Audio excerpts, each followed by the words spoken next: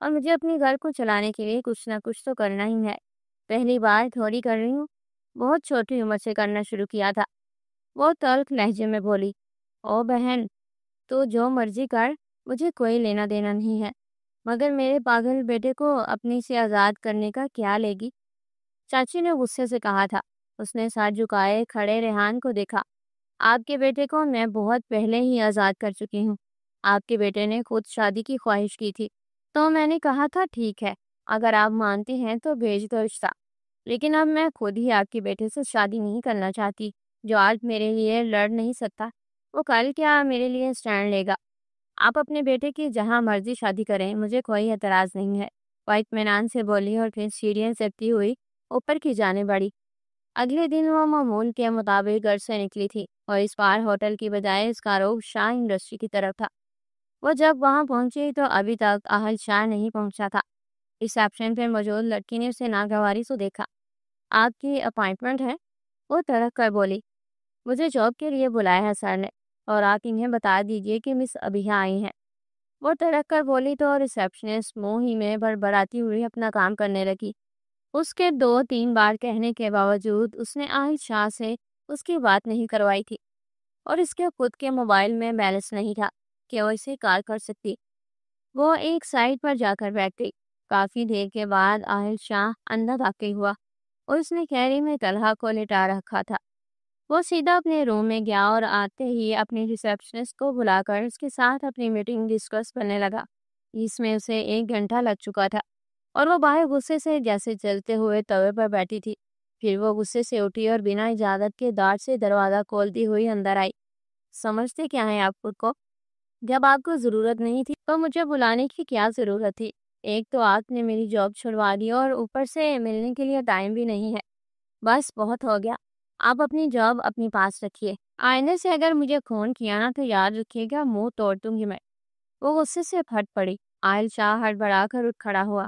And sorry, مجھے نہیں پتا تھا کہ آپ باہر آ کر بیٹھی ہیں، مجھے لگا کہ ابھی آپ نے آنا ہے۔ وہ وضاحت پیش کرنے لگا۔ میں صبح 8 بجے آ کر بیٹھی ہوں، 11 بج رہے ہیں، اور یہ کوئی آنے کا ٹائم ہے آپ کا؟ اور اگر آئے تھے تو ارد گرد بھی ذرا نظر رکھ لیا کریں۔ آپ کی میڈم صاحبہ سے بولا کہ آپ سے بات کروا دیں، مگر اس کے تو مزاج ہی نہیں ملتے، اتنا گندا اور گھٹیا سٹاف رکھا ہوا ہے۔ وہ بولتی جا رہی تھی اور آہل شاہ بار بار اس سے معافی مانگ رہا تھا۔ ریسیپشنسٹ حیرانگی سے اسے دیکھ رہی تھی۔ اس کا باز کبھی اس کے آگے جھکا نہ تھا۔ وہ کسی لڑکی سے معافی مانگ رہا تھا؟ اچھا پلیز یہاں بیٹھو، میں ان سب کی اچھے سے خبر لوں گا۔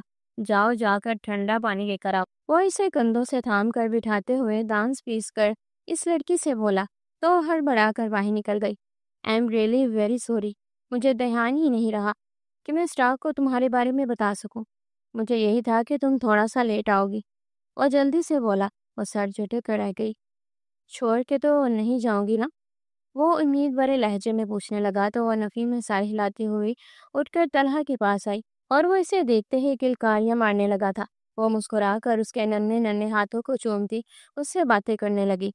عائشہ مطمئن سا ہو کر اپنے کام میں مصروف ہو چکا تھا۔ اگلے دن وہ اپنے معمول کے مطابق وہاں پہنچی اور عائشہ اپنے بزنس میٹنگ کے سلسلے میں میٹنگ ہال میں چلا گیا تھا۔ وہ 2 گھنٹے بعد اس نے اپنے بیگ میں ایک ٹفن نکالا اور اس میں دلیا نکال کر اسے کھلانے لگی۔ یہ کیا کر رہی ہو؟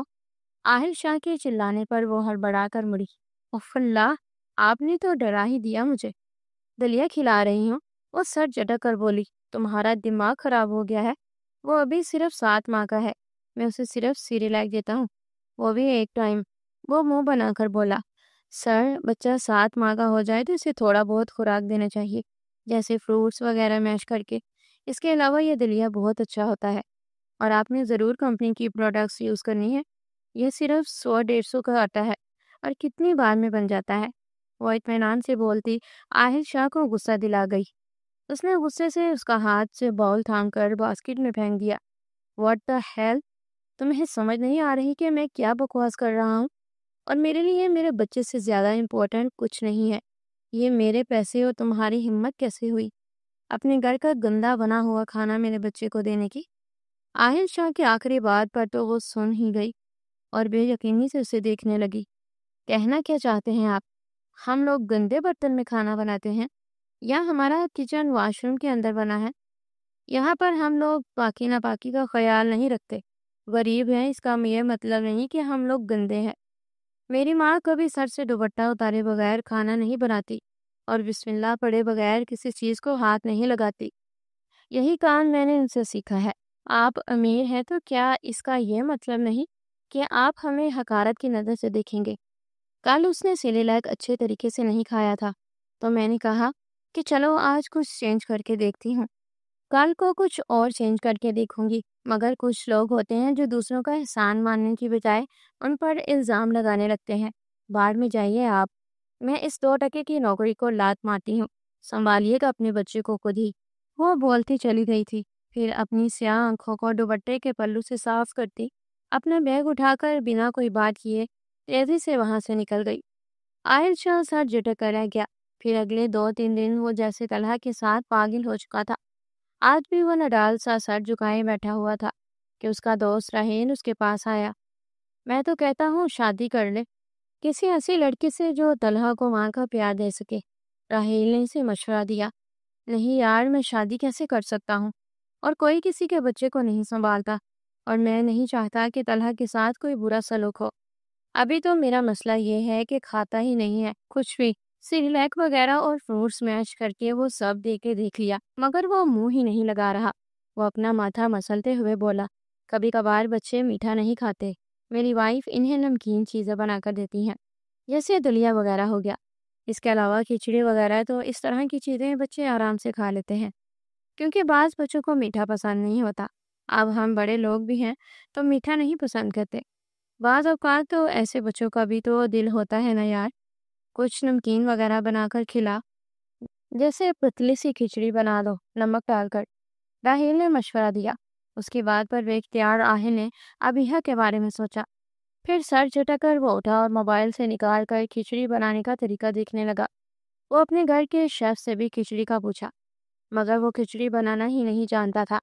اس نے نیٹ سے نکال کر کھچڑی بنائی مگر طلحہ کو بالکل پسند نہیں آئی تھی اور بھوک کی وجہ سے وہ مسلسل روئے جا رہا تھا۔ آج تو دودھ تک نہیں پی رہا تھا اور اتنے دنوں سے زیادہ دودھ پینے کی وجہ سے شاید اس کے گیس ہو چکی تھی۔ وہ جو اتنے دنوں سے یہ سوچ چکا تھا کہ ابیحہ کو نہیں بلائے گا۔ طلحہ کے رونے پر اس نے اپنے ارادے کو توڑتے اسے فون ملایا۔ مس ابیحہ، آپ میرے گھر آ سکتی ہیں؟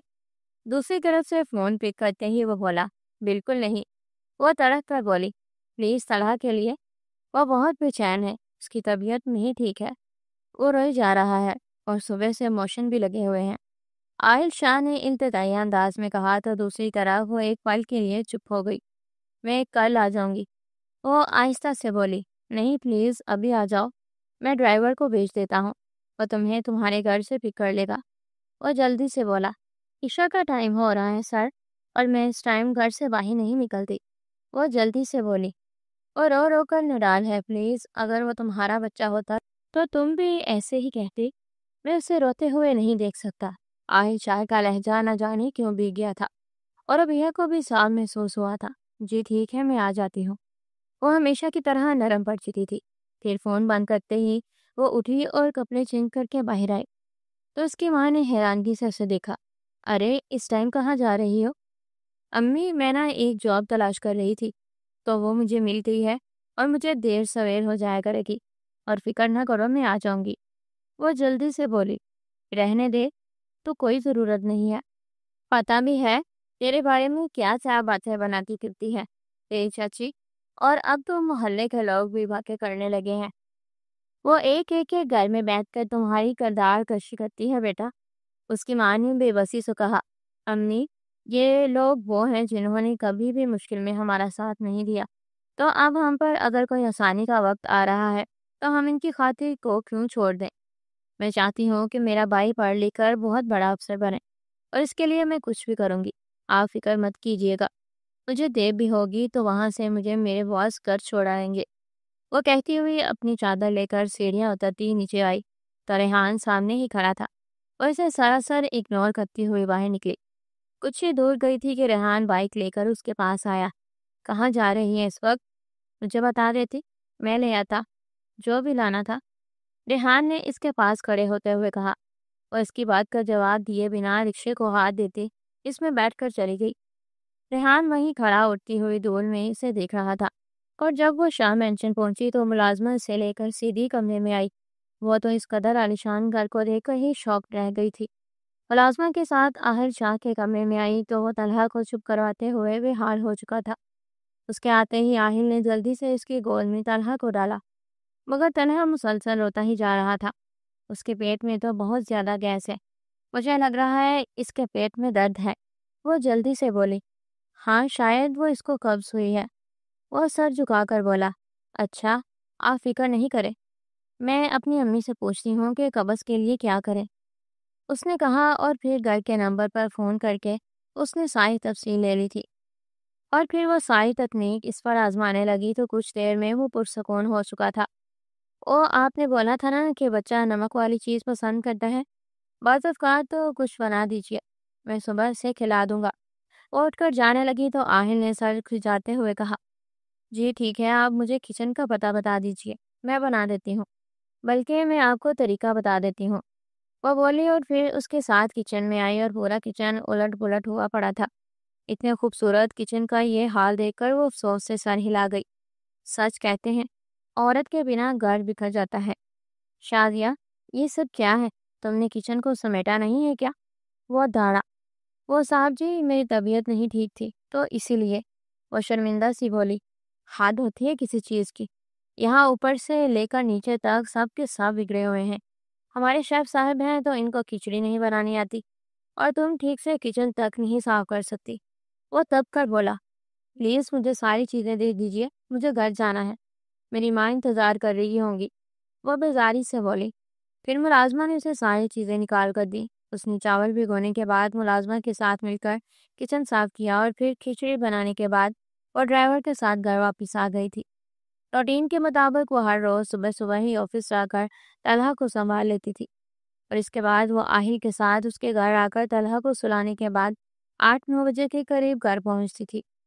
اسے 1 مہینہ ہو چکا تھا اور طلحہ کی صحت بھی اب کافی زیادہ بہتر ہو گئی تھی، اور اسے دیکھتے ہی وہ خوشیوں سے کھلکاریاں مارتا تھا۔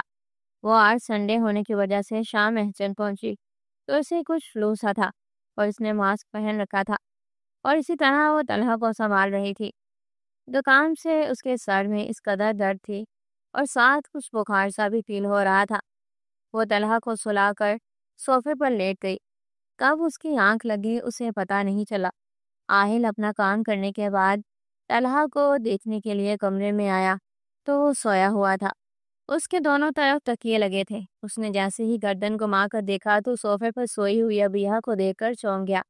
پھر وہ دھیرے سے چلتا ہوا اس کے قریب آیا تو اس کے چہرے پر ابھی بھی ماسک لگا ہوا تھا۔ اس نے ہاتھ بڑھا کر اس ماسک کو اتارا تو وہ ہڑبڑا کر اٹھ کر بیٹھ گئی۔ اس کی آنکھیں کافی زیادہ سرخ تھیں۔ آپ ٹھیک ہیں ابیہ؟ اس نے پوچھتے ساتھ ہی اس کے ماتھے کو ہاتھ سے چھوا تو وہ تپتا ہوا محسوس ہوا۔ ارے آپ کو تو بخار ہوا ہے، اگر بخار تھا تو چھٹی کر لیتی، وہ بولا تو اس نے اپنی نگاہیں اٹھا کر اس کی جانب دیکھا۔ دعائل کا دل جیسے ان سیاہ آنکھوں میں ڈوب کر بھرا تھا۔ مائیں کبھی چھٹیاں نہیں کرتی سر، وہ سر چکائے بولی تو آہل ساکت رہ گیا۔ آپ اس کی ماں نہیں ہیں، جسٹ آئے ہیں، وہ ناگواری سے بولا تو پیکی سے مسکراہٹ سے اسے دیکھنے لگی۔ آپ کے کہنے سے کیا ہو رہا ہے؟ طلحہ تو مجھے اپنی ماں ہی سمجھتا ہے نا، وہ مجھے دیکھ کر ایسے کھیل اٹھتا ہے جیسے اپنی ماں کو دیکھ لیا، وہ بے اختیار بولی۔ اسٹاپ اٹ مس ابیہ، اگر آپ کو لگ رہا ہے کہ میں آپ کی باتوں کی وجہ سے آپ سے شادی کروں گا اور آپ اس گھر کی مالکن بن جائیں گی تو یہ آپ کی خام خیالی ہے، اپنی حد میں رہنا سیکھیے، اور سرد لہجے میں بولا تو ابیہ جیسے سن سی پڑ گئی۔ آپ نے ایسا سوچ بھی کیسے لیا کہ میں ایسی بات کا سوچ سکتی ہوں؟ میں نے آپ سے کہا کہ میں نے ایسا کچھ سوچا ہے، وہ غصے سے چلائی۔ تو اور کیا تھا؟ اس بات کا مطلب امید لگا کر بیٹھی ہیں کہ آپ سے میں شادی کر بیٹھوں گا اس بچے کی خاطر؟ تو ایسا بالکل نہیں ہوگا، وہ پھر سے بولا تو ابیہ ایک جھٹکے سے اٹھ کھڑی ہوئی۔ میں آپ کو بتلاتی چلوں کہ مجھے ایسا کوئی شوق نہیں ہے، اور یہاں میں صرف طلحہ کی وجہ سے آتی ہوں، اور آپ کو ایک اور اطلاع دے دوں، میری منگنی ہو چکی ہے اور بہت جلد شادی ہے میری۔ وہ چبا چبا کر بولتی اپنا بیگ اٹھا کر وہاں سے نکلنے لگی، مگر نکاہت اور بخار کی وجہ سے چکر آ گیا۔ اور وہ ایک دم سے گرنے لگی تو آہل نے جلدی سے اسے تھام کر سیدھا کرنا چاہا تو وہ سر جھٹک کر خود کو چھڑوانے لگی، مگر اس کی آنکھیں بند ہوتی چلی گئی اور وہ بے ہوش آہل کی باہوں میں جھول چکی تھی۔ ابھی ہاں، واٹ ہیپن؟ وہ بے چین سا ہو کر اس کا رخسار تھپ تھپانے لگا، پھر اسے اپنی باہوں میں اٹھا کر وہ جلدی سے باہر کی جانے بڑھا اور ملازمہ کو طلحہ کے پاس بھیج کر وہ ابیحہ کو لے کر ہسپتال پہنچا تھا۔ ڈاکٹرز نے بتایا کہ شاید سارا دن کچھ نہ کھانے کی وجہ سے اور بخار کی وجہ سے بے ہوش ہو چکی ہے، اور بی پی بھی اس کا کافی زیادہ لو تھا۔ وہ پچھلے 2 گھنٹے سے کوریڈور میں ادھر سے ادھر ٹہل رہا تھا۔ اسے ہوش آنے کے بعد وہ اسے گھر ڈراپ کر کے آیا اور گھر پہنچا تو طلحہ نے پورا گھر سر پر اٹھا رکھا تھا۔ وہ مشکل اس کو چپ کروایا تھا، بڑی مشکل سے جیسے تیسے رات گزری تھی، اور اگلے دن اس نے صبح اٹھتے ہی ناشتہ کروایا اور پھر ڈرائنگ روم میں لے کر بیٹھا ہی تھا کہ ابیحہ اندر داخل ہوئی۔ 1 منٹ وہیں رک جائیں مس ابیحہ، اس نے پکار کر کہا، پھر ملازمہ کے ساتھ طلحہ کو اوپر کمرے میں بھیج دیا۔ وہ آج بھی ماسک لگائے ہوئے تھی۔ جب آپ بیمار تھی تو ضرورت کیا تھی آنے کی؟ میرے خیال میں آپ کو گھر جا کر آرام کرنا چاہیے۔ میں ڈرائیور سے کہتا ہوں آپ کو گھر چھوڑ دے گا۔ وہ جلدی سے بولا، سیدھا کہیے کہ آپ کو یہ لگتا ہے کہ میری زکام طلحہ کو بھی لگ جائے گا۔ آپ کے وہم کا کوئی علاج نہیں ہے۔ ٹھیک ہے، میں مانتی ہوں کہ لگتا ہے، لیکن میں بھی اس بات کو سمجھتی ہوں۔ میں نے کل سے طلحہ کو بنا ماسک کے ہاتھ بھی نہیں لگایا اور بار بار ہینڈ واش کر رہی ہوں۔ اگر میری جگہ طلحہ کی ماں ہوتی تو اسے زکام ہوتا تو آپ اپنے گھر سے باہر نکال دیتے کیا؟ وہ گلو گیر لہجے میں بولتی اسے شرمندہ کر گئی تھی۔ ایسی بات نہیں ہے، میں تو بس یہ چاہ رہا تھا کہ آپ آرام کر لیتی۔ وہ نگاہیں چرا کر بولا، بہت شکریہ، میں نہ جانے کیوں بار بار اپنی انسلٹ کروانے کے لیے یہاں آ جاتی ہوں۔ آئندہ سے نہیں آؤں گی۔ جہاں میری بیماری کے دنوں میں اسے سنبھال سکتے ہیں وہاں عام دنوں میں بھی سنبھال لیجیے گا۔ آج کے بعد میں نہیں آؤں گی، وہ طرف لہجے میں بولی اور پھر چپ چاپ واپس پلٹ گئی۔ پھر آہل کے فون کرنے کے باوجود وہ دوبارہ نہیں آئی تھی۔ آہل سارا دن پاگلوں کی طرح اس کے ساتھ لگا رہتا تھا، مگر طلحہ نے تو قسم کھا رکھی تھی کہ اسے چین کا سانس نہیں لینے دیتا۔ وہ آج بھی اس کے ساتھ سارا دن تھک چکا تھا۔ پھر رات کو وہ گھر آیا تو اسے سلانا اتنا مشکل ہو چکا تھا کہ آہل نے جھنجھلا کر اسے ایک تھپڑ دے مارا، جس کے بعد وہ مزید رونے لگا تھا اور یوں ہی روتے روتے سو گیا۔ ابیحہ اداس سی نہ جانے کیا سوچ رہی تھی۔ کچھ دیر گزری تو چچی ریحان سمیت اوپر آئی، ان کے ہاتھ میں مٹھائی کا ڈبہ بھی تھا۔ بس میرا ریحان باز ہی نہیں آ رہا۔ میں نے بھی سوچا کہ میں نے اپنے بیٹی کی خوشی اب دیکھنی ہے تو بس رشتہ لے کر آئی ہوں، چاچی نے مٹھاس بھرے لہجے میں کہا۔ وہ ان کے انداز پر حیران ہی ہو گئی تھی، مگر کچھ ہی دیر میں بلی تھیلے سے باہر آ چکی تھی۔ تم سے نا ایک بات کرنی ہے، وہ تم نوکری نہ چھوڑو۔ ارے آج کل تو میاں بیوی ساتھ مل کر کریں تو پھر ہی کچھ بنتا ہے۔ تمہاری نوکری بہت اچھی جگہ لگی ہے تو کرتی رہو، اور ہاں تمہارے پاس 50,000 ہیں تو مجھے دے دو، اور ریحان کی دکان میں ڈلوانے تھے، چاچی نے کہا تو اس نے لب بھینچ لیے۔ پھر چپ چاپ اٹھ کر اس نے تالے میں سے 50,000 نکال کر دیے، جو کہ اس کی آدھی تنخواہ تھی۔ 2 دن پہلے ہی آہل نے اپنے ڈرائیور کے ہاتھ پیسے بھیجے تھے اور چچی کے سامنے لیے تھے، تو اس لیے رویہ آج چینج ہو چکا تھا۔ چچی تو اسے دعائیں دیتی ہوئی چلی گئی اور ساتھ میں تعریفوں کے بول بھی باندھ رہی تھی۔ وہ پھر سے افسردہ سی نہ جانے چاند ستاروں میں کیا دیکھ رہی تھی۔ میں نے بہت مشکل سے اماں کو منایا ہے، تو تم دوبارہ سے نوکری شروع کر لو پلیز، ہماری محبت کی خاطر۔ ریحان نے کہا تو اس کا دل چاہا کہ کہہ دے کہ کون سا منایا تھا۔ چاچی کو تو ان چند پیسوں نے منایا تھا جو ان کی آنکھوں کے سامنے سے ملے تھے۔ مجھے اگر فون آیا تو میں دوبارہ نوکری کر لوں گی، ورنہ میں اپنی عزت نفس کو داؤ پر نہیں لگا سکتی، اس سے پاٹ لہجے میں بولی، اور پھر کمرے میں جا کر سونے کے لیے لیٹ گئی۔ مگر نیند کہاں آتی تھی، ایک وقت کے لیے وہ طلحہ کو بول ہی نہیں پاتی تھی۔ وہ اس وقت بھی بے آواز آنسوؤں سے رو رہی تھی کہ اس کے موبائل پر رنگ ہونے لگی۔ اس نے نمبر دیکھا تو آہل شاہ کا تھا۔ بنا کسی دیری کے وہ جلدی سے کال اٹینڈ کرتی موبائل کان کو لگا گئی۔ ہیلو مس ابیحہ، مجھے پلیز آپ سے بہت ضروری بات کرنی ہے۔ آپ سن رہی ہیں نا میری بات؟ وہ دوسری طرف سے بے قراری سے بولا تھا، اور ابیحہ کی ایک سسکی نکلی۔ آپ رو رہی ہیں ابیحہ؟ آہل شاہ نے دھڑک پر پوچھا تھا۔ نہیں سر، آپ کو جو بھی کہنا ہے جلدی کہیے، وہ اپنے لہجے کو ہموار بناتے ہوئے بولی، مگر لہجے میں گلی ہوئی نمی دوسری طرف عاہل شاہ کو صاف صاف محسوس ہوئی تھی۔ طلحہ بہت بیمار ہے، اسے ہاسپٹل لے کر آیا ہوں۔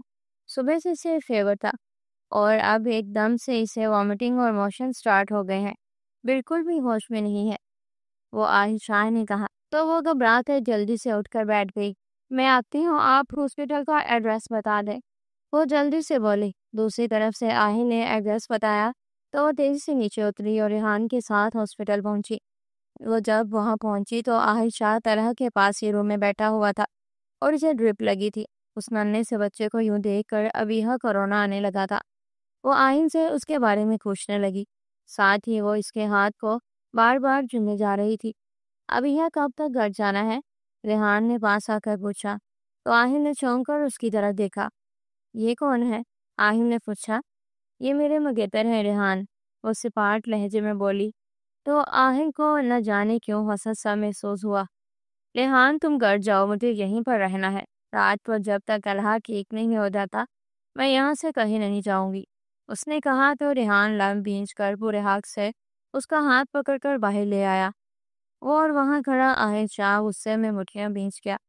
یہ کیا کر رہی ہے تم؟ اس طرح رہنا مناسب لگتا ہے کیا؟ ریحان نے جھنجھلا کر پوچھا۔ تم شاید بھول رہے ہو کہ میرا رشتہ کس وجہ سے طے ہوا تھا۔ چاچی نے یہ رشتہ اسی لیے قبول کیا نا کہ میں اتنی اچھی جاب کرتی ہوں اور یہ میری جاب کا ہی حصہ ہے۔ اگر تم کہتے ہو تو میں چلتی ہوں تمہارے ساتھ اور چھوڑ دیتی ہوں یہ نوکری، پھر ہماری منگنی بھی ٹوٹ جائے گی جو ابھی کچھ گھنٹوں پہلے ہوئی ہے، وہ تڑک کر بولی تو ریحان کے تنے ہوئے اعصاب ڈھیلے پڑ گئے۔ چلو ٹھیک ہے، تمہاری خاطر تو میں کچھ بھی کر جاؤں، وہ اس کے رخسار کو آہستہ سے چھوتے ہوئے مسکرا کر بولا۔ اور یہ منظر شیشے کے پاس ہے، انہیں دیکھتے آہل کو ایک نظر نہیں بایا تھا۔ ریحان اسے چھوڑ کر جا چکا تھا اور وہ واپس کمرے میں آ کے اسٹور پر بیٹھی بس طلحہ کو ہی دیکھ رہی تھی، اور صوفے پر بیٹھا عاہل شاہ موبائل پر دیکھتے ہوئے ساتھ ساتھ اس پر بھی نگاہ ڈال رہا تھا۔ اگلے دن شام تک طلحہ کو چھٹی ہو چکی تھی اور وہ اسے لے کر گھر آئی، اور طلحہ اس کے ساتھ کافی زیادہ ریلیکس تھا اور اس کے گود سے اٹھنے کا نام ہی نہیں لے رہا تھا۔ پوچھنا تھا آپ سے۔ کیا پوچھ سکتا ہوں؟ آہل نے اس کے پاس بیٹھتے ہوئے پوچھا۔ آپ کو مجھ سے اجازت لینے کی کیا ضرورت ہے؟ پوچھیے، وہ اطمینان سے بولی۔ آپ کی شادی آپ کے کزن سے پسند سے ہو رہی ہے کیا؟ آپ کو اس سے کیا لینا دینا؟ ابیحہ نے اس کے سوال کے جواب میں الٹا سوال کیا۔ نہیں، مطلب عموماً مڈل کلاس گھرانوں میں پسند کی شادی نہیں ہوتی نا، تو اسی لیے میں نے پوچھا۔ میرا تو پتہ نہیں محبت کرتی ہوں یا نہیں، مجھے نہیں معلوم، مگر وہ مجھ سے محبت کا دعویٰ کرتا ہے، اور میں نے سنا تھا کہ جو آپ سے محبت کرتا ہے اس کا ہاتھ تھامنے میں ایک پل نہیں لگانا چاہیے، کیونکہ جو آپ سے محبت کرتا ہے نا وہ آپ کے لیے کچھ بھی کر سکتا ہے، اور یہی عورت کی سب سے بڑی خوشی ہوتی ہے، وہ آہستہ سے بولی۔ لیکن مجھے تو نہیں لگا کہ وہ آپ سے محبت کرتا ہے۔ کل ہی میں نے سنا جو کہا آپ نے، شاید آپ کی اتنی اچھی پیٹ کی وجہ سے آپ کے رشتے کو ایکسیپٹ کیا گیا تھا، جو آپ کو اس کے بغیر پانے کی ہمت نہیں رکھتا تھا، وہ آپ سے محبت کیسے کر سکتا ہے؟ جو محبت کرتے ہیں نا وہ سب سے لڑ جاتے ہیں اور اپنی محبت کو پا کر رہتے ہیں، وہ گمبھیر لہجے میں بولا۔ یہ صرف فلمی باتیں ہیں، حقیقت میں ایسا کچھ نہیں ہوتا، میں بہت حقیقت پسند ہوں، مجھے نہیں لگتا کہ میری زندگی میں کوئی ایسا آئے گا، ہماری زندگی میں کوئی آتا بھی ہے نہ تو ہم سے صرف دل بہلانے کے لیے۔ وہ سر تاثرات سے بولتی جا رہی تھی اور عاہل شاہ اسے حیرانگی سے دیکھ رہا تھا۔ میرا مشورہ مانیے تو اس سے شادی مت کیجیے، کیونکہ جو انسان آپ کو بنا شرط کے اپنا نہیں سکتا اس کے لیے کبھی بھی اسٹینڈ نہیں لے گا، عاہل شاہ نے سنجیدگی سے کہا۔ آپ کے مشورے کا بہت شکریہ، مجھے اپنا اچھا برا اچھے سے معلوم ہے، وہ تلخ لہجے میں بولی۔ ہمیشہ اتنا کڑوا ہی کیوں بولتی ہو؟ اور خاص طور پر میرے ساتھ، مجھے تو کبھی کبھی ایسا فیل ہوتا ہے کہ جیسے میں نے تمہارا کچھ چرا لیا ہے، اگر ایسی بات ہے تو تم کہہ سکتے ہو۔ وہ آپ سے تم پر آ چکا تھا، آپ کو مجھ سے فری ہونے کی کوئی ضرورت نہیں ہے، اور نہ ہی میں اپنے دکھ اور سوگ کسی کے ساتھ شیئر کرتی ہوں، وہ نگاہیں چرا کر بولی۔ اگر ایسی بات ہے تو یہ بات میری آنکھوں میں دیکھ کر کہیے، نہ جانے یہ آنکھیں مجھے ایسا کیوں محسوس کرواتی ہیں کہ مجھ سے کچھ کہنا چاہتی ہیں۔ کوئی شکوہ، کوئی شکایت اگر ہے تو بتا دیجیے۔ وہ ہلکا سا مسکرا کر بولا اور مسکراتے ہوئے اس کے بائیں رخسار میں ایک وہ نور سا ابھر کر غائب ہوا۔ ابیہا نے جلدی سے نگاہیں چرا لی۔ ٹیلی فون آنے کی وجہ سے عاہل شاہ اٹھ کر باہر نکل گیا اور وہ طلحہ کے ساتھ مسکراتے ہوئے باتیں کرنے لگی اور وہ اس کی باتیں سن کر کلکاریاں مار رہا تھا۔ شام کو ریحان اسے لینے آیا تھا اور وہ لوگ گھر پہنچے۔ چاچی نے شام کو آتے ہی شادی کی تاریخ رکھنے کی بات تھی اور پھر اسی مہینے کے آخر پر اس کی رخصتی تھی۔ وہ جیسے یہ سن کر گمسم سی ہو چکی تھی۔ اگلے دن معمول کے مطابق وہ جب شاہ پیلس پہنچی تو عاہل شاہ طلحہ کو لے کر بیٹھا ہوا تھا۔ آپ اسے کھلا پلا کر اطمینان سے فریش کر دیجیے، میں بھی فریش ہو کر آفس کے لیے نکلنے والا ہوں۔ وہ اٹھتے ہوئے بولا، کیوں آج میں آپ کے ساتھ آفس نہیں جاؤں گی؟ وہ جلدی سے بولی، نہیں، اس کی کوئی ضرورت نہیں ہے، مجھے یقین ہے کہ آپ میرے سے زیادہ اچھے طریقے سے طلحہ کا خیال رکھ سکتی ہیں۔ وہ بولتا ہوا وہاں سے پلٹ گیا۔ ناشتے کے بعد عاہل اپنے آفس چلا گیا تھا مگر دھیان اس کا گھر میں ہی تھا۔ نہ جانے اس کا ابیہا کا وجود اتنا اچھا کیوں لگنے لگا تھا۔ دل چاہتا تھا کہ بس اسے ہی دیکھتا رہے۔ صبح سے نہ جانے کتنی بار وہ ملازموں کے نمبر پر ویڈیو کال پر طلحہ کو دیکھنے کے بہانے اسے دیکھ چکا تھا۔ وہ دوپہر میں گھر نہیں آتا تھا اور آج بھی اختیار وہ گھر چلا آیا۔ لانچ میں سناٹا تھا اور ملازمہ وہاں بیٹھی ٹی وی دیکھ رہی تھی۔ اسے دیکھتے ہی وہ ہڑبڑا کر اٹھ کھڑی ہوئی۔ صاحب جی، آپ اس ٹائم؟ ہاں، وہ طلحہ کو دیکھنے آیا تھا۔ صبیحہ کہاں ہے؟ اس نے پوچھا۔ جی، وہ طلحہ بابا کے سونے کا ٹائم ہوا تھا نا، تو ابھی کھانا وغیرہ کھلا کر اسے لے کر گئی ہیں کمرے میں، ملازمہ نے کہا تو وہ اپنے کمرے کی جانب بڑھ گیا۔ وہ اندر داخل ہوا تو لیمپ کی مدھم سی روشنی جل رہی تھی۔ وہ دھیرے سے چلتا ہوا اس کے پاس آیا، لیمپ کی روشنی میں اس کے حسین چہرے کو دیکھنے لگا اور بے اختیار ہاتھ بڑھا کر اس کے لبوں کو چھوتی لٹ اور پیچھے کیا تو وہ ہڑبڑا کر اٹھ کر بیٹھ گئی۔ کہ کیا کر رہے تھے آپ؟ وہ جلدی سے دوپٹہ سینے سے پھیلاتے ہوئے گھبرائی سی بولی، مگر عاہل شاہ تو جیسے ہوش میں نہیں تھا۔ وہ بے اختیار ہاتھ بڑھا کر اس کے رخسار کو چھوتا مزید قریب ہوا تو وہ اسے زور سے دھکا دیتی اٹھ کر بیڈ سے نیچے کھڑی ہو گئی۔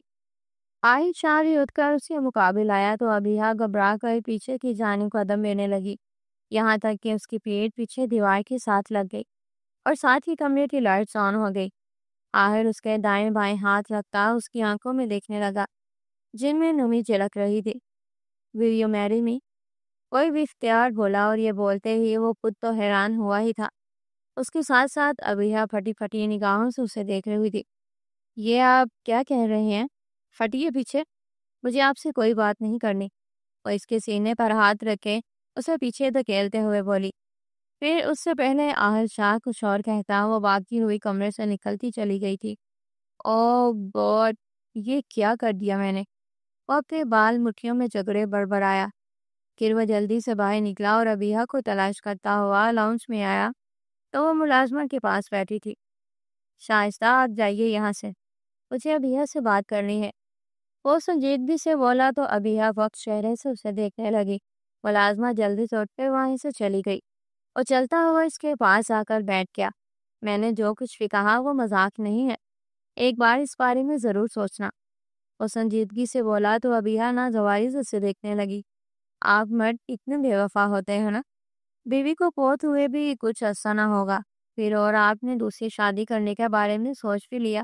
پہلے آپ کسی کو ٹرسٹ نہیں کرتے تھے اپنے بیٹے کو لے کر، اور اب مجھ پر ایک دم سے ٹرسٹ کرنے لگے۔ نہ جانے آپ لوگوں کے دل اتنی جلدی بدل کیسے جاتے ہیں۔ وہ غصے سے بولتی جا رہی تھی اور وہ کچھ بولنے کے لیے اپنے لب وا کر رہا تھا مگر اس کے بولنے کی سپیڈ اتنی تیز تھی کہ وہ کچھ بول نہیں پا رہا تھا۔ ایک بار میری بھی تسلی سے بات سن لو، وہ جھنجھلا کر بولا۔ مجھے کچھ نہیں سننا، آپ کو شادی کرنی ہے تو کسی اور سے کر لیجئے اور اپنے بیٹے کی بیوی بنا کر لے آئیے گا، مگر میں کسی ایسے انسان سے شادی نہیں کر سکتی جو پہلے سے شادی شدہ ہو۔ آج سے میرا جاب سے ریزائن سمجھیے، اللہ حافظ۔ وہ تب کر بولتی وہاں سے نکلتی چلی گئی۔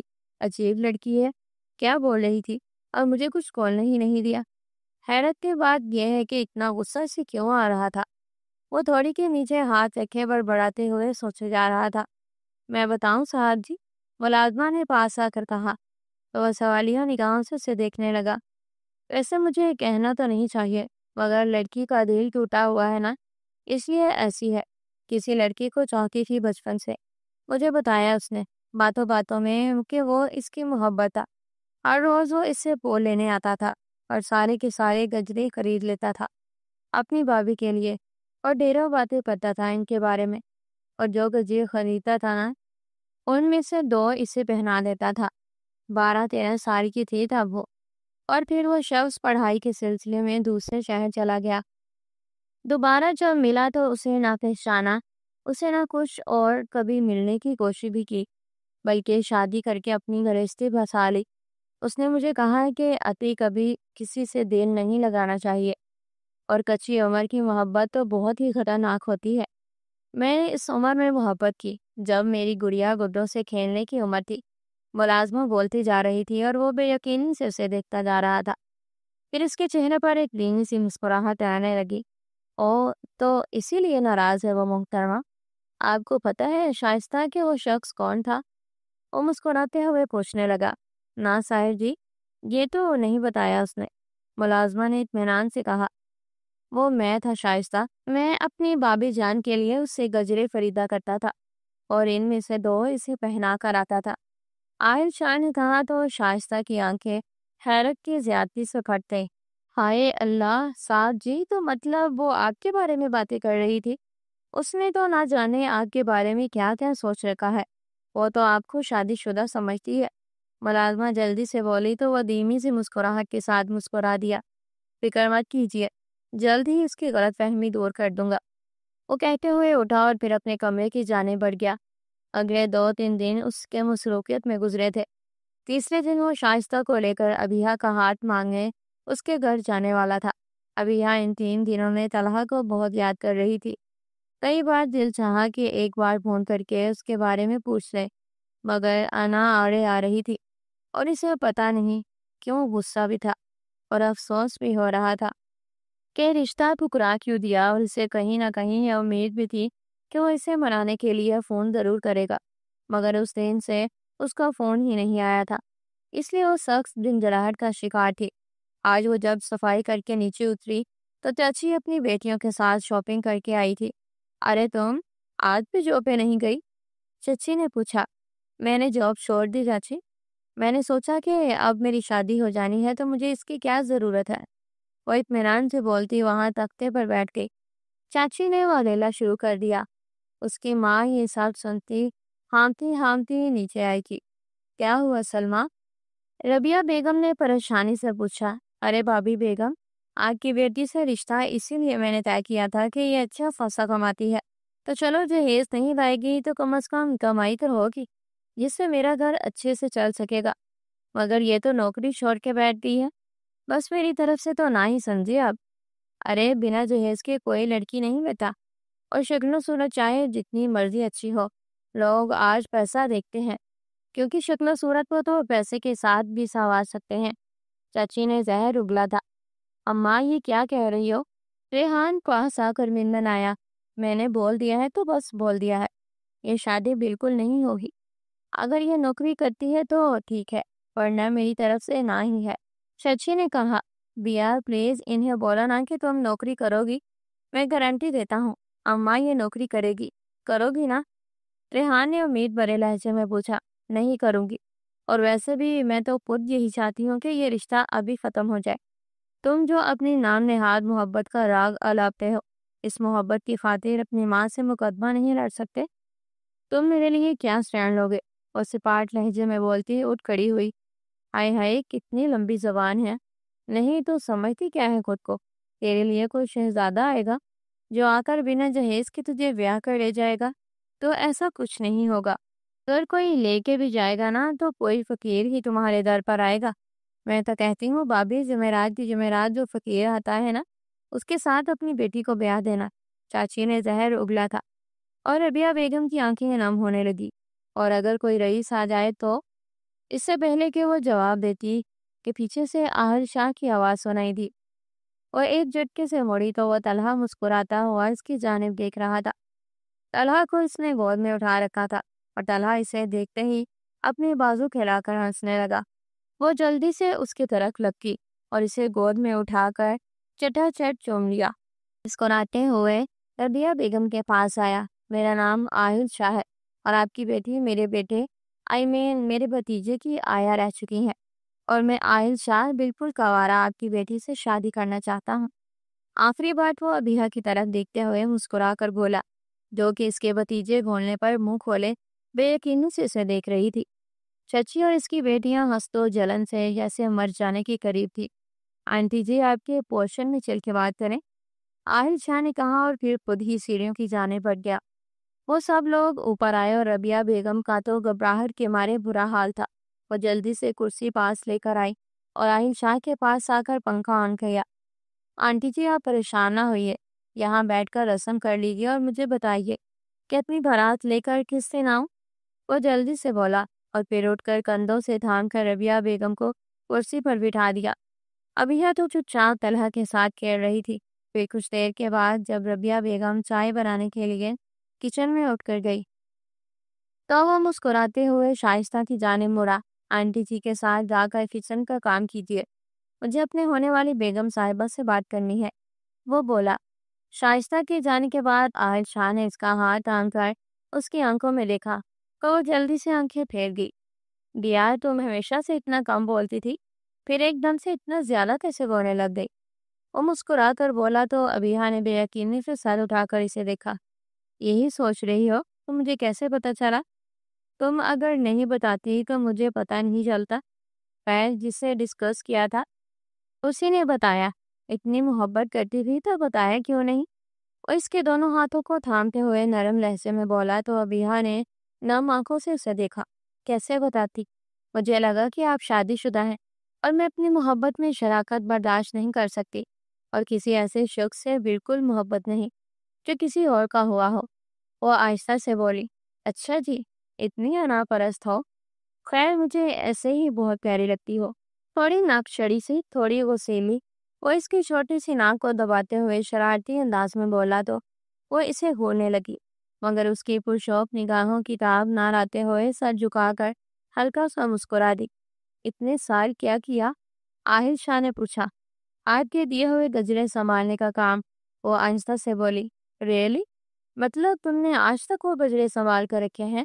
اوہ مائی گاڈ، کتنے لکی ہوں میں کہ مجھ سے کوئی اتنی محبت کرتا ہے، وہ مسکرا کر بولا تو وہ جواباً ہلکا سا مسکرا دی۔ آج کچھ نہیں بولو گی میری لڑاکو؟ اہل شاہ نے پوچھا تو وہ نفی میں سائے ہلا گئی۔ شکایتیں ختم ہو چکی ہیں تو جھگڑا کیسا؟ وہ دھیمے سے لہجے میں بولتی اسے مسکرانے پر مجبور کر گئی۔ پھر کچھ دنوں کے بعد آہل شاہ کی بہن جب لندن سے آئی تو وہ مختصر سی بارات لے کر اسے رخصت کرنے آیا، اور پھر دھوم دھام سے ولیمہ ہوا۔ چچی اور اس کی بیٹیاں تو جل بن گئی تھی، مگر وہ دونوں اسٹیج پر ایک دوسرے کی باہوں میں باہیں ڈالے ہر ایک کی نگاہوں کا مرکز بنے ہوئے تھے۔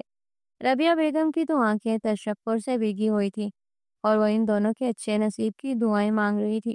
کچھ دنوں کے بعد آہل شاہ نے ربیہ بیگم اور ربیہ کو اپنے فلیٹ پہ منتقل ہونے کا کہا۔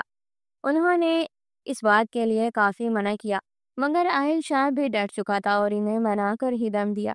آہل شاہ نے ربیہ کے میٹرک کے رزلٹ کے بعد اسے کمپیوٹر کلاسز دلوا کر اپنی پریزنٹیشنز اور چھوٹی موٹی میلز کرنے کے لیے اپنے ہی آفس میں پارٹ ٹائم جاب پر رکھ لیا تھا، تاکہ ان لوگوں کی عزت نفس کبھی مجروح نہ ہو اور وہ اپنا بوجھ خود اٹھا سکے۔ اور وہ خود چاہتا تھا کہ ربی اپنے بل بوتے پر خوش بنے، ایسا خوش بنے کہ لوگ اس پر رشک کریں، اور ابیہ جانتی تھی کہ ایک دن ایسا ضرور آئے گا۔